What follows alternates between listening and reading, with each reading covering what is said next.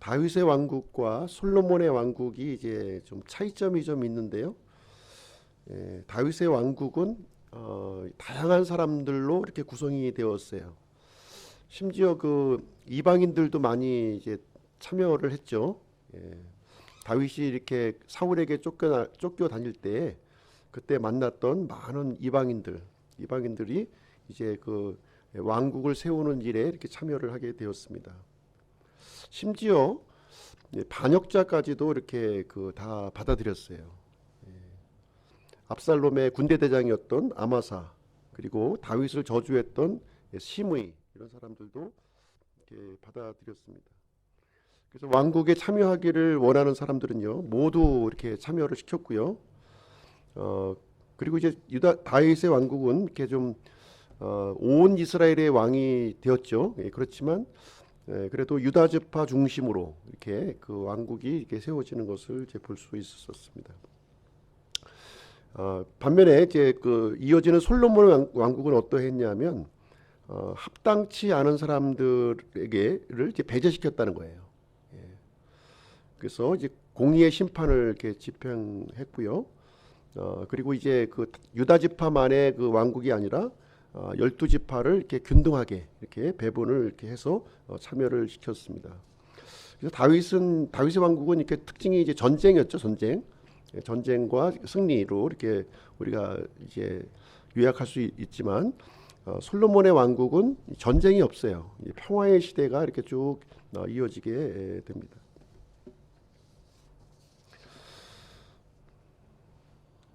우리가 이제 성경을 읽으면서 기억해야 될 것은 무엇이냐면 이 성경은 누구의 이야기냐면 하나님의 이야기라는 거예요. 사람들의 이야기가 아닙니다. 다윗을 칭송하거나 솔로몬을 칭송하지 않아요. 그렇죠? 성경을 보시게 되면 일관된 가르침이 있는데요. 그것은 무엇이냐면 하나님과 이렇게 바른 관계를 맺게 되면 하나님이 이제 복을 주시고 형통하게 해주십니다. 그러나 이제 하나님과 바른 관계에 있지 않다면 어느 누구를 막론하고 이렇게 이 재앙과 징계가 따르는 것을 우리가 이제 볼 수가 있는 것이고요.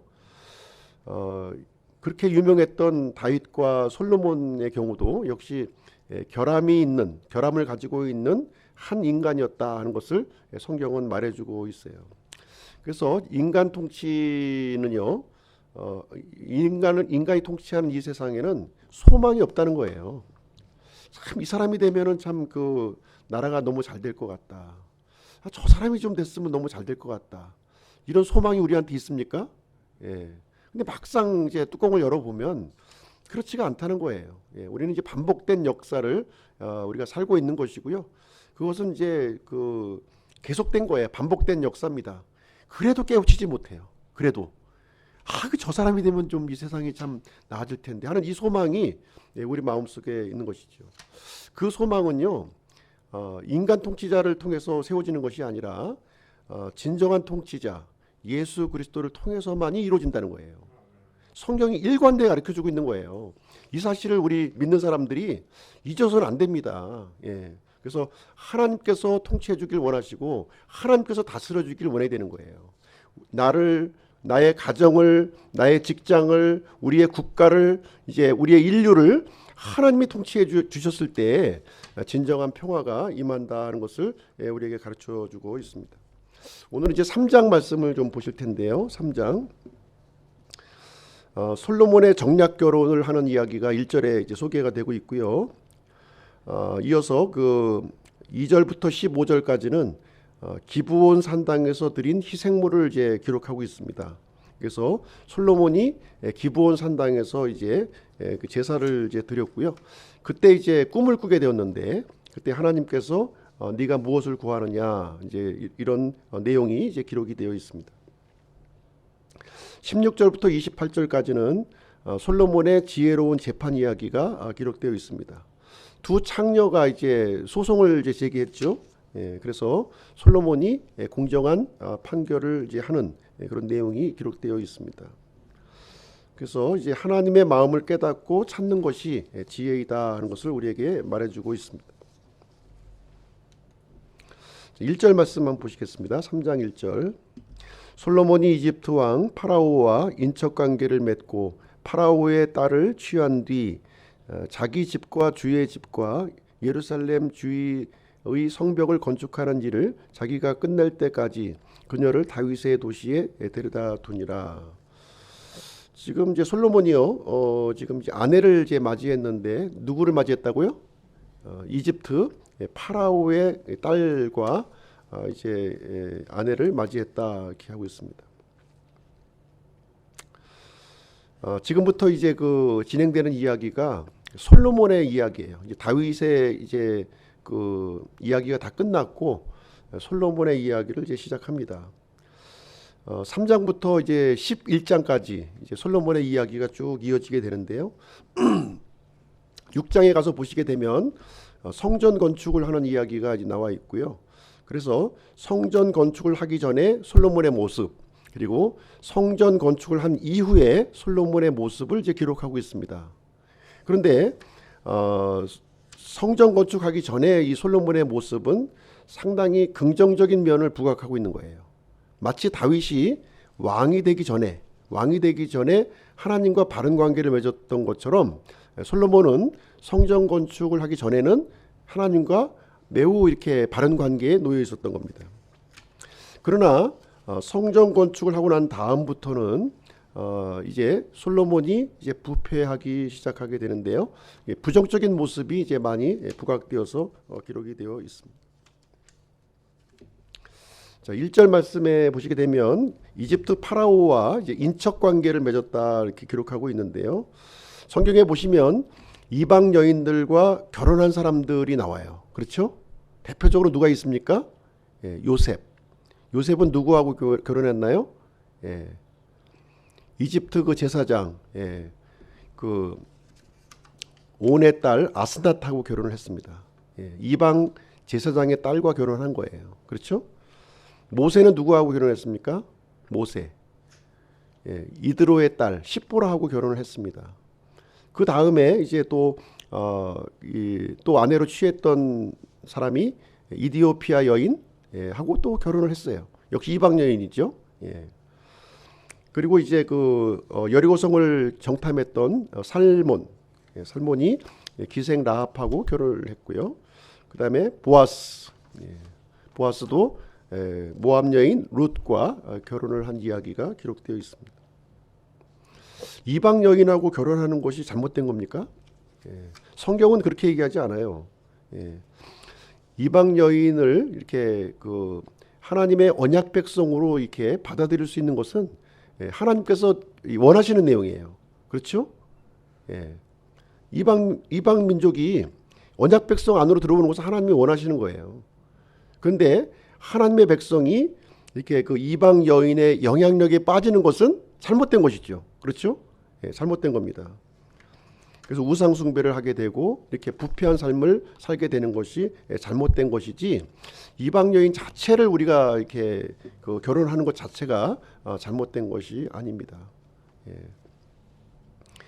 특별히 이제 왕의 경우에 있어서는요, 이 아내라고 하는 존재가 이 권력이라고 말씀드렸어요. 권력. 단순한 부인의 위치가 아니라 권력입니다. 그래서 굉장히 신중하게 선택해야 될 것을 얘기를 해주고 있습니다.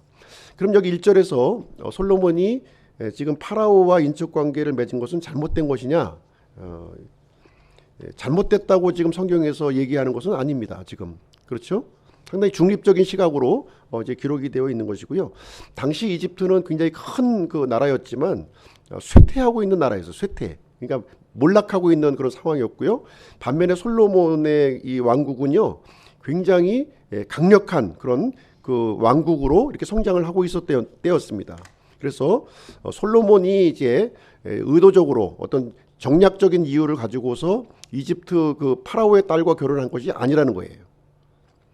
이집트 쪽에서 아쉬운 것은 이집트 쪽이었죠. 몰락하는 그런 국가였기 때문에, 그래서 이집트 쪽에서 솔로몬에게 이렇게 그 결혼을 요청해 왔다는 것을 우리는 보시면 되겠습니다. 그래서 솔로몬의 지금 이 위상이 얼마나 강력했는가 하는 것을 지금 이제 1절 말씀이 우리에게 이제 가르쳐 주는 그런 내용이 이제 되겠습니다. 자, 기브온 산당에서 드리는 희생물 얘기를 한번 좀 살펴볼 텐데요. 2절 말씀 보시죠. 2절. 그때까지 주의 이름을 위해 집이 건축되지 아니하였으므로 다만 백성들은 산당들에서 희생물을 드렸더라. 주의 집이 건축되지 않았다. 이 주의 집은 뭔가요? 성전을 얘기하고 있는 거죠. 성전 건축이 아직 이루어지지 않았습니다. 그래서 백성들은 산당에서 이렇게 그 희생물을 드려야 됐고요. 특별히 솔로몬의 경우는 이제 두 군데서 희생물을 드린 거예요. 두 군데. 언약궤가 있었던 장소, 그리고 성막이 있었던 장소, 여기에서 이제 희생물을 드렸던 거예요. 언약궤는 어디 있었나요? 지금 이제 다윗성에 지금 있는 거예요. 다윗성, 예루살렘 다윗성에 있는 것이고, 반면에 그 이 성막, 광야의 성막은 어디에 있냐면 지금 기브온에 있는 거예요. 기브온 산당에 그 성막이 있었습니다. 그래서 이 솔로몬은 이 희생물을 하나님께 드렸는데, 이렇게 그 이 언약궤 앞에서도 희생물을 드렸고, 그 다음에 기브온 산당에 가서 또 희생물을 드렸던 거예요. 그 솔로몬이 왕이 되고 나서 가장 그 최고의 국정 과제로 삼았던 것이 무엇인지 우리는 알 수가 있어요. 참 왕이 되면 참 바쁘겠죠. 예. 아마 여러 가지 그 산적한 아마 국정 과제가 많이 있었을 것입니다. 솔로몬이 가장 최우선적으로 삼았던 것이 무엇입니까? 하나님께 예배 드리는 거였다는 거예요. 대단하지 않습니까? 예, 모든 것을 제쳐놓고 하나님께 예배드리는 그 자리를 가장 우선적으로 이렇게 삼았다는 것을 여기서 가르쳐주고 있습니다. 자, 기브온 산당을 보시게 되면 기브온 산당은요, 지금 예루살렘에서 조금 이제 북쪽으로 떨어진 그런 지역에 있는 거예요. 그 지역에 좀 높은 그 산 쪽에 산자락에 있었습니다. 그래서 기브온에는 성막이 있었고요, 광야의 성막이 있었던 거예요. 당연히 성막이 있으니까 뭐가 있습니까? 놋제단이 있는 거죠. 놋제단이 있는 거예요. 반면에 다윗성, 예루살렘에 있는 이 다윗성, 이제 그 다윗의 도시죠. 거기에 이제 언약궤를 이제 가지고 왔잖아요. 다윗이 거기에 위치해 있는데, 거기에서도 이제 희생물이 이제 드려졌지만, 기브온은 상당히 큰 그 산당이었고요. 반면에 이 다윗성에 있는 것은 좀 이제 협소한 좀 공간에 이렇게 있었습니다. 그래서 이제 그 이 솔로몬이 여기 4절 말씀 한번 보시겠습니다. 4절 말씀 보시게 되면, 왕이 기브온에서 희생물을 드리려고 거기로 갔으니 이는 그것이 큰 산당이었기 때문이더라. 솔로몬이 그 제단 위에 번제 연물을 1000개를 드렸더니, 그래서 기브온은 굉장히 그 규모가 아주 큰 산당이었다는 거예요. 그렇죠? 그래서 성전 건축 이전에 이제 거기서 희생물을 이제 드리게 되었고요. 광야에 있던 성막이 그쪽으로 이동한 겁니다. 예전에 성막이 어디 있었습니까? 처음에는 실로에 있었어요. 실로에 있었는데 이제 블레셋과의 전투 때문에 실로가 완전히 이제 그 파괴가 되었고요. 그 성막이 어디로 이동했냐면 놋당으로 이동합니다. 놋당에 제사장들이 많이 있었죠. 근데 이 놋당에서 어떤 일이 있었냐면 제사장들의 대학살 사건이 있었던 거예요. 이제 도망가던 이 다윗에게 그 이제 이 하나님께 바친 그 빵을 이렇게 건네줌으로 인해서 사울에게 이제 이 그 놋당의 제사장들이 완전히 그 이제 몰살을 당한 거예요. 몰살. 그래서 그때 이제 이 성막이 이제 기브온 산당으로 이렇게 옮겨지게 되었습니다. 여기서 이제 그 솔로몬이 1000개의 번제 헌물을 이제 드린 거죠. 그래서 이 번자는 이제 그 차례 번자가 아니라 지금 태울 번자인 거예요. 태울 번자. 1000개의 헌물을 태워서 하나님께 드렸다는 것입니다. 1000일 동안 드린 게 아니에요. 1000일 동안 일반 그 저기 교회에서처럼 헌금 봉투에 이게 남바링 해가지고서 1000개의 봉투를 매일매일 갖다가 바치면 지성이면 감천이듯이 하나님께서 복을 주신다 하는 그런 개념이 아니라, 이 기브온 산당은 굉장히 큰 산당이었기 때문에 1000개의 헌물을 한꺼번에 드린 거예요. 그러다 보니까 하루 만에는 좀 불가능하겠죠. 하루에는 아마 이제 뭐 일주일 뭐 이 정도 아마 이제 많은 그 기간이 좀 걸렸을 거예요. 매일매일 그 뭐 이렇게 1000일을 드렸던 게 아니에요. 그렇게 했다면 솔로몬이 그 1000일이면 몇 년입니까? 3년 동안 국정을 이제 안 보았다는 얘기인데 말이 안 되는 얘기죠. 그렇죠? 예. 자, 이 산당 제사에 대해서도 보면 상당히 이제 부정적으로 보시는 분들이 있어요. 예, 부정적으로. 산당이 이제 우상 숭배로 장소로 이제 사용이 되었다는 것인데요. 사실 이것은 이제 반은 맞고 반은 맞지 않는 말이에요. 예. 그래서 이 성전 건축이 이루어지기 전에는 대부분 이 산당에서 이렇게 그 희생 제사가 이제 이루어졌던 것이고요. 성전 건축 이후에 이제 산당 제사가 있는데 그것은 이제 좀 이 우상 숭배의 장소로 이렇게 전락을 하게 되었습니다. 그래서 성전 건축 그 이후에 있었던 그런 그 부정적인 내용 때문에 성전 건축 이전까지 소급해서 이 산당 자체가 잘못되었다 이렇게 얘기하는 것은 적절하지 못한 것이죠. 그래서 솔로몬 당시에는 합당한 예배 처소였다는 거예요. 그래서 2절 말씀해 보시면 아직 집이 건축되지 아니하였으므로 이제 그 상황에서 이제 하나님께 드려진 희생물이 이제 되겠습니다. 이때 이제 솔로몬은 이제 수일 동안 아마 기브온에 머물러 있었기 때문에 꿈을 꾸게 된 거죠. 꿈. 5절 말씀 보겠습니다. 5절. 기브온에서 밤에 주께서 꿈으로 솔로몬에게 나타나시고 하나님께서 이르시되 내가 내게 무엇을 주어야 할지 구하라. 꿈에서 하나님이 직접 나타나셔가지고 이제 솔로몬에게 이제 얘기를 한 거예요. 나에게 구할 것이 있으면 좀 구하라 하는 거예요. 만약에 꿈에 하나님께서 나에게 나타나서 이렇게 솔로몬과 같이 이렇게 우리에게 물어보았다면 무엇을 답하시겠습니까? 가장 우선적인 거 있잖아요. 나에게 가장 중요한 가치, 내 마음 속에 있는 가장 우선 이것만 좀 해결됐으면 좋겠다고 하는 것이 있지 않겠습니까? 네. 어떤 사람은 돈일 수도 있고요, 어떤 사람은 명예일 수도 있고, 어떤 사람은 자식일 수도 있고, 또 어떤 사람은 손녀일 수도 있고요. 예, 여러 가지 아마 우리가 구해야 될 제목이 굉장히 많이 있었을 거예요. 예, 솔로몬은 무엇을 구했을까요? 예, 솔로몬이 구한 내용이 여기에 이제 언급되어 있습니다. 솔로몬은 먼저 하나님께 감사했다는 거예요. 하나님께 감사했다. 뭘 감사했나요? 예, 이 아버지 다윗에게 은혜를 베풀어 주시고 긍휼을 베풀어 주신 것, 이것을 감사했다는 거예요. 예. 그리고 자신을 이렇게 또 이 아버지에 이어서 왕자에 또 이렇게 앉게 해주신 것을 감사했다. 지금 이 얘기를 해주고 있어요. 그렇죠? 그러면서 솔로몬이 이제 요구하는 것은 무엇이냐면 지금 이제 큰 백성을 내가 이제 맡게 되었기 때문에 이제 깨닫는 마음을 주시고 좋은 것과 나쁜 것을 분별할 수 있는 그 명철을 좀 이렇게 주셨으면 좋겠다 하는 기도를 여기서 하게 됩니다. 여기서 우리가 이제 솔로몬의 태도를 한번 보시게 되면요, 완전히 이 청지기적인 태도를 갖고 있었던 거예요. 예, 청지기적인 태도를 가지고 있었습니다. 3절에 보시면 이 번제 헌물을 드린 동기가 나오는데요.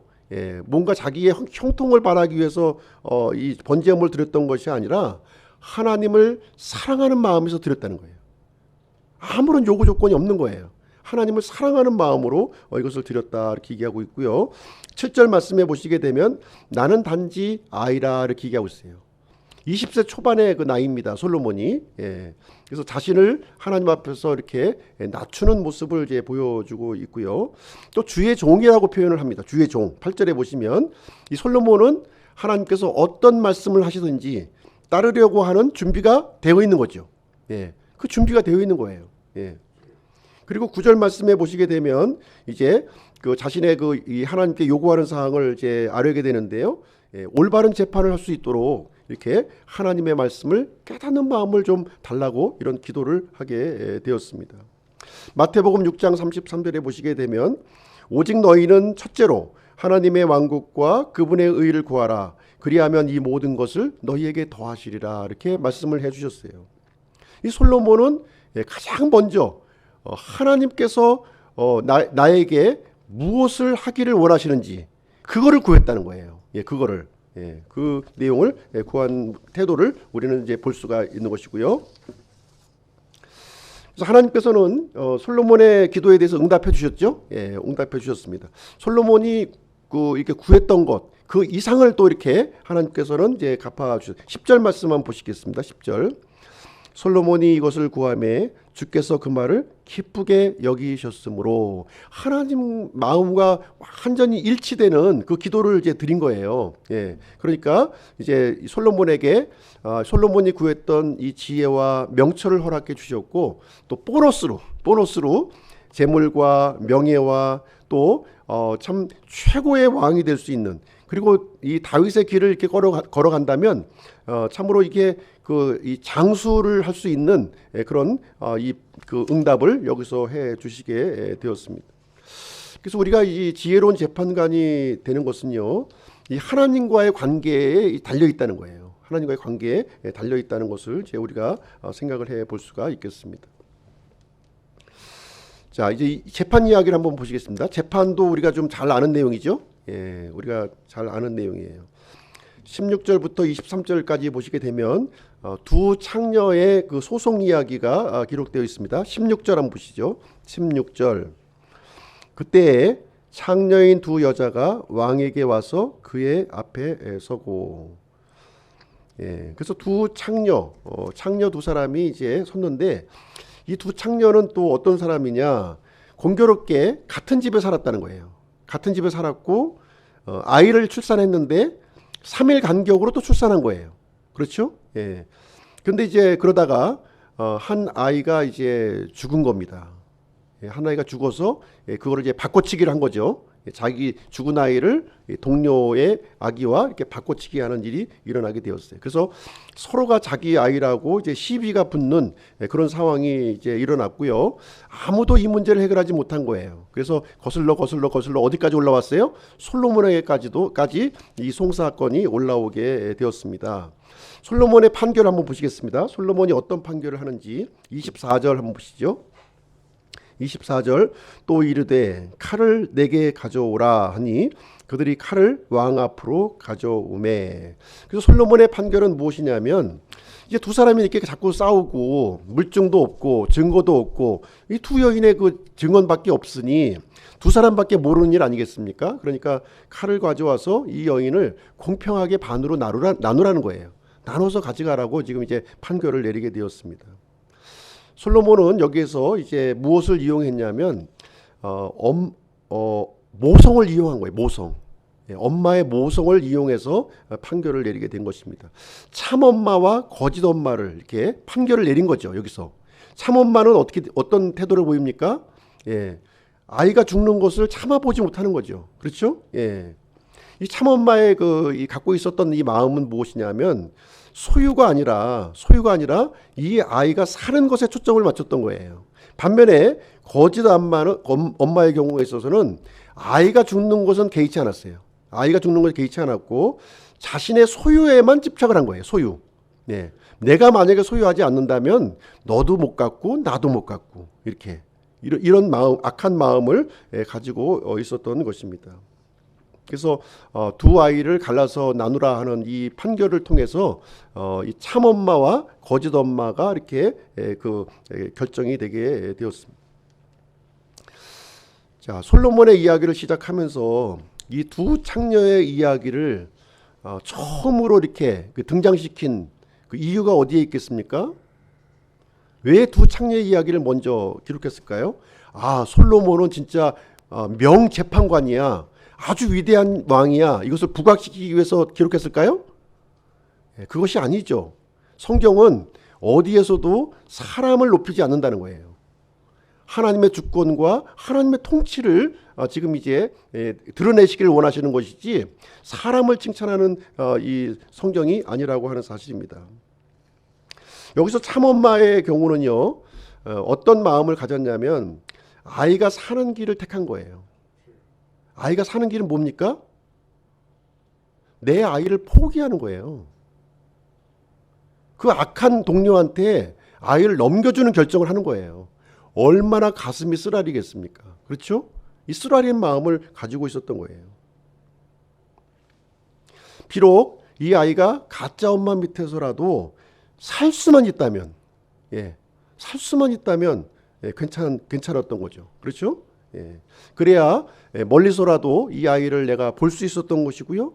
언젠가 이제 다시 이렇게 찾을 수 있는 그런 길을 마련할 수 있었다고 하는 사실입니다. 그래서 이 참엄마의 일을 통해서 지금 무엇을 지금 이제 알려주고자 하냐면 하나님의 마음을 지금 이제 알려주려고 하는 거예요. 이 솔로몬의 이 재판을 통해서 하나님의 마음을 전달하고 싶은 이 애끓는 마음이 이 하나님의 그 심정이 여기에 있는 것입니다. 그래서 지혜로운 재판이라고 하는 것은 무엇이냐면 옳고 그름의 문제가 아니라는 거예요. 옳고 그름의 문제보다도 더 우선하는 게 있다는, 더 우선하는 것. 이것이 뭐냐면 이 생명의 원리라는 거죠. 사는 거에 사는 거, 어떻게 하든지 사는 거라는 것이 이 하나님께서 갖고 계신 아주 절박한 마음이고 애끓는 마음이라고 하는 사실을 여기서 보여주고 있는 그런 내용이 이제 되겠습니다. 그래서 참엄마가 가진 이 마음이 바로 하나님의 마음이었다 하는 것을 여기서 얘기해 주고 있습니다. 그래서 아이를 사랑하는 마음, 아이를 포기할 수밖에 없는 이 마음, 반드시 좀 살아줘야만 겠다는 그런 이 간절한 마음이 여기에 담겨져 있습니다. 반면에 이 거짓 엄마의 마음은 어떤 마음이었나요? 하나님의 마음이 아니었어요. 이 거짓 엄마의 마음은 바로 마귀의 마음이었다는 거예요. 마귀가 가지고 있었던 그 마음이라는 사실을 여기서 폭로를 해주고 있는 거예요. 이 아이를 사랑하지도 않았어요. 소유하기를 원했지만 사랑하는 마음이 없었습니다. 자기 욕심을 부린 거예요. 이기적인 마음으로 가득 차 있는 그 모습을 지금 고발하고 있는 내용이 되겠습니다. 하나님과 그 사탄도 이제 같은 이 관계에 놓여 있음을 여기서 얘기해 주고 있는 건데요.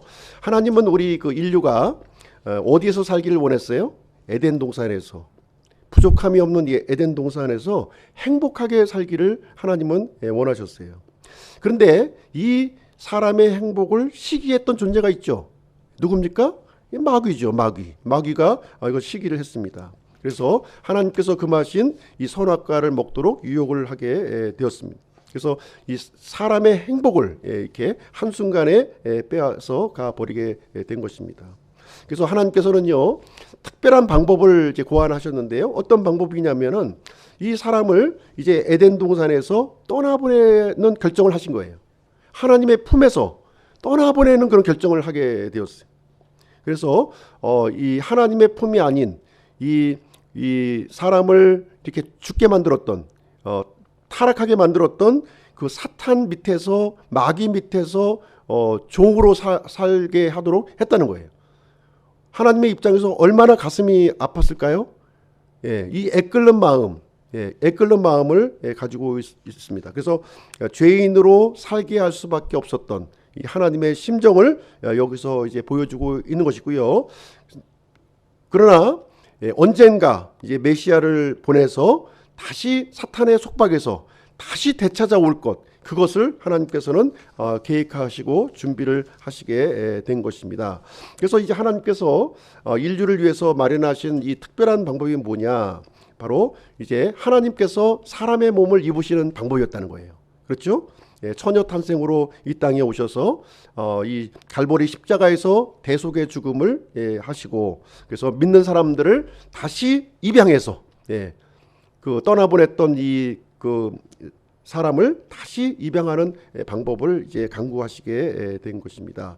그래서 그 내용이 창세기 3장 15절에 이제 기록되어 있는 내용이 되겠습니다. 여자의 씨를 이렇게 보내서 지금 이제 사람에게 이렇게 이 못된 일을 이렇게 저지른 이 사탄의 머리를 이제 부숴 버릴 것을 이렇게 미리 약속을 해 주시게 되었습니다. 이 약속에 근거해서 예수 그리스도께서 지금 이제 2000년 전에 오시게 된 것입니다.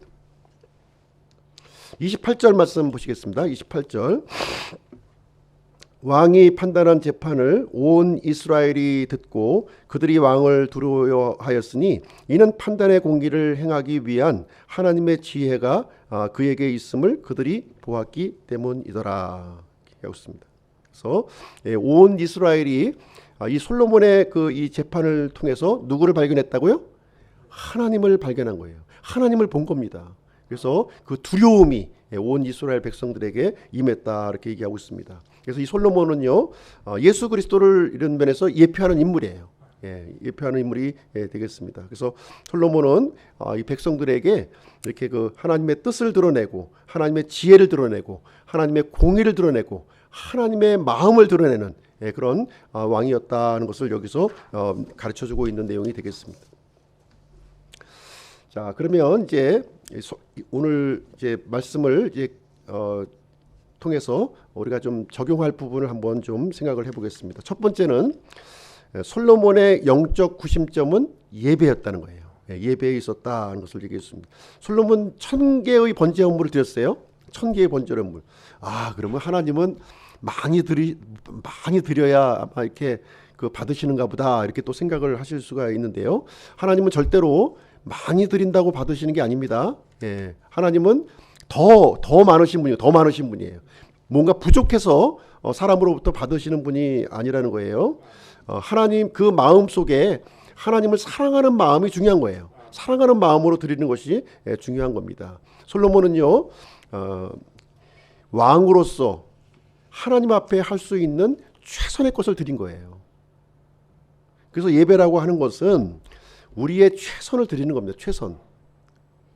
하나님은 뭐 많이 드리는 거 뭐 많이 가지고 계시니까 뭐 안 드려도 뭐 상관없겠지. 이렇게 생각하시면 안 되는 거예요. 하나님은요, 사랑하는 마음이 일단 전제가 돼야 되는 것이고요. 전제가 되고, 또 우선적으로 하나님을 이렇게 하나님께 드려야 되는 것이고요. 내 형편과 내 처지에서 최선을 다하는 거예요. 예배라고 하는 것은. 없는 것을 드리라고 하지 않아요. 하나님은요. 그러나 내가 할 수 있는 최선의 것을 하는 거예요. 최고의 것. 그걸 드리는 것이 바로 이제 우리가 가져야 될 태도인 것이죠. 물리적으로 많고 적음을 통해서 하나님은 판단하는 것이 아니라 우리의 속중심, 우리가 갖고 있는 속중심을 보시고 있는 것입니다. 자, 두 번째로 우리가 볼 수 있는 것은 공동체적 믿음을 가지라는 거예요. 공동체적 믿음. 이 솔로몬은 기브온 산당에서 이제 헌물을 드렸고요. 다시 예루살렘으로 돌아와서 또 언약궤 앞에서 또 헌물을 드렸어요. 또 번제 헌물과 화평 헌물을 이렇게 드리게 되고요. 신하들과 모든 신하들과 이렇게 잔치를 이렇게 베풀었다 이렇게 얘기하고 있습니다. 그래서 이 하나님과의 관계는 이 하나님과 나와의 이 수직적인 관계는요, 수평적인 관계로 이제 나타난다는 거예요. 우리가 참 믿음을 이분법적으로 생각하기가 굉장히 쉬워요. 그렇죠? 하나님과 나와의 관계만 중요하면 됐지. 다른 사람은 내가 신경 쓸 게 뭐가 있냐 이렇게 생각하는 경우가 많이 있습니다. 내가 하나님과의 관계가 바르다면요, 반드시 나타낼 것이 무엇이냐면 이런 그 수평적인 관계로 확장되어 나간다는 거예요. 이것을 절대로 잊으시면 안 된다는 거죠. 우리가 개인의 믿음도 대단히 중요하지만 이렇게 공동체 안에서 갖는 믿음은 더 중요하다는 거예요. 공동체 안에서 믿음이 또 공동체 안에서 나의 개인의 믿음이 더욱더 이렇게 성장해 나가는 것을 하나님은 이제 바라시고 있는 것입니다. 그래야만 우리가 치우치지 않는 믿음을 가질 수가 있는 거예요. 이렇게 그 균형 잡힌 믿음을 우리가 이제 갖게 되는 것입니다. 자, 이 두 창녀의 재판을 통해서 우리에게 보여주는 것이 뭡니까? 바로 복음의 그림이에요. 복음의 그림을 우리에게 보여주고 있습니다. 진짜 엄마를 통해서 하나님의 마음을 우리를 향하신, 우리 인류를 향하신 하나님의 마음을 보여주고 계시다는 거예요. 하나님께서는 절대로 우리가 죄로 말미암아 죽는 것을 원치 않으신다고 하는 사실입니다. 우리가 살아나길 원하는 거예요. 어떤 일이 있더라도 살아나기를 원한다. 그래서 하나님께서는 우리를 살리기 위해서 어떤 희생이라도 감수하시는 것이 바로 하나님의 마음이시다는 것을 여기서 말씀을 해주고 있습니다. 이사야서 49장 15절 말씀 제가 읽어드릴게요. 여인이 자기 젖먹는 자식을 잊을 수 있겠으며 자기 태에서 난 아들을 불쌍히 여기지 않을 수 있겠느냐. 참으로 그들은 혹시 잊을지라도 나는 너를 잊지 아니하리라. 이렇게 말씀을 해 주셨습니다. 그래서 하나님은 이 여인보다도 더 큰 사랑을 지금 가지고 계신 분이라는 것입니다. 절대로 우리를 잊지 않으신다는 것이죠. 절대로 우리를 버리지 않으신다는 거예요. 그래서 아들을 그 증거로 아들을 보내시고 십자가에서 죽이셨습니다. 그래서 구원의 길을 마련해 주셨기 때문에 우리가 마음문을 열고 받아들이기만 하면 이제 하나님께서는 우리에게 영원한 생명을 주시겠다고 약속을 해 주시게 된 것입니다. 그래서 우리는요, 하나님의 사랑 때문에 다시 살아난 거예요.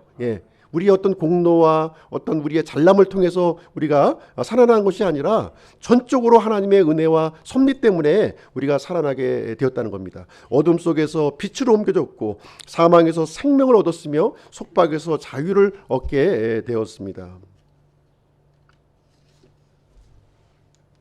결론을 내리도록 하겠습니다. 자, 솔로몬은요, 참으로 그 전에도 없었고 후에도 없는 참으로 위대한 왕이 되었습니다. 그렇지만 솔로몬 왕조차도 완전한 왕이 아니었다 하는 것을 성경은 말해주고 있는 거예요. 역시 실수나 오류를 갖고 있고요, 인간적인 한계를 갖고 있었고, 단지 솔로몬이 보여준 것은 하나님의 지혜의 극히 일부분만을 우리에게 보여주시게 된 것입니다. 그래서 솔로몬이 가르치는 것은 자신의 명성과 위대함을 가르치는 것이 아니라 뭘 가르치고 있는 거예요?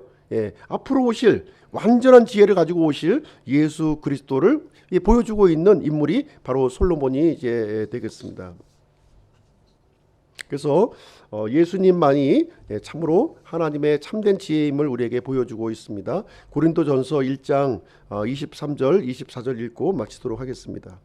우리는 십자가에 못 박히신 그리스도를 선포하노니 그분은 유대인들에게는 걸려 넘어지게 하는 것이요 그리스인들에게는 어리석은 것이로되 부르심을 받은 자들에게는 유대인들에게나 그리스인들에게나 그리스도는 하나님의 권능이시요 하나님의 지혜이시니라. 그래서 오늘은 열왕기상 3장 말씀을 이제 함께 살펴보게 되었습니다.